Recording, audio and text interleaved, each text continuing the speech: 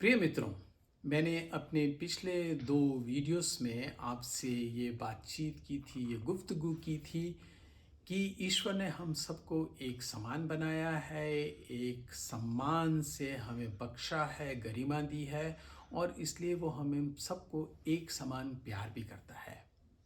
और वास्तव में ये अच्छा होता है कि अगर हम भी एक दूसरे को एक समान रूप से प्यार कर सकते हैं। परंतु चूंकि हम मानव हैं, ये हमारे लिए संभव नहीं है। इसलिए मैंने ये सुझाव दिया था कि अगर हम एक दूसरे को समान रूप से प्यार नहीं भी कर सकते हैं, तो कम से कम हम सबको प्यार कर सकते हैं।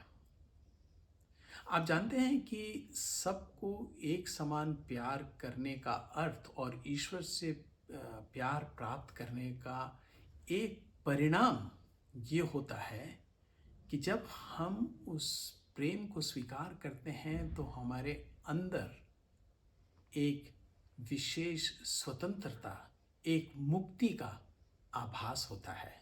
एक विशेष रूप का आनंद व सुख प्राप्त होता है। प्रभु यीशु ने अपने चेलों से कहा था कि अगर तुम मेरे वचनों का पालन करोगे तो तुम मेरे अनुयायी बनोगे और तुम सत्य को जानोगे और सत्य तुम्हें स्वतंत्र करेगा। वास्तव में प्रभु यीशु क्रिस्त के वचन हम बाइबल में और विशेषकर सुसमाचारों के हर पन्ने में प्राप्त कर सकते हैं।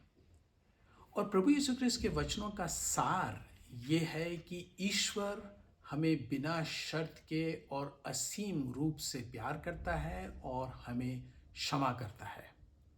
ये एक स्वतंत्रता है और यही सच्चाई है। और अगर हम इस सच्चाई को कि ईश्वर हमें प्यार करता है और इस चीज़ से जोड़ लें कि ईश्वर का प्रेम हमारे लिए सत्य है और यही सत्य है, तो हमें एक अंदरूनी स्वतंत्रता मिलती है। और जब हम इस अंदरूनी स्वतंत्रता का अनुभव करते हैं तो तब हमें किसी पर अपना नियंत्रण, अपना दबाव, अपनी शक्ति बताने का कोई दरिया नहीं रहता, कोई मतलब नहीं रहता है। बल्कि इसके विरुद्ध जब हम इस स्वतंत्रता का अनुभव करते हैं तो ये स्वतंत्रता, ये मुक्ति हम दूसरों के साथ भी बांटना चाहते हैं। 26 जनवरी को भारत गणतंत्र दिवस मनाता है, जब हमने अपने आप को संविधान दिया था जिसमें एक स्वतंत्रता की गारंटी दी गई है। परंतु वो केवल राजनीतिक स्वतंत्रता है। अंदरूनी स्वतंत्रता जो ईश्वर हमें प्रदान करते हैं वो राजनीतिक स्वतंत्रता से कहीं ज़्यादा है।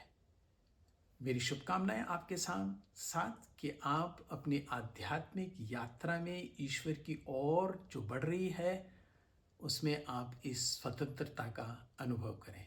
धन्यवाद।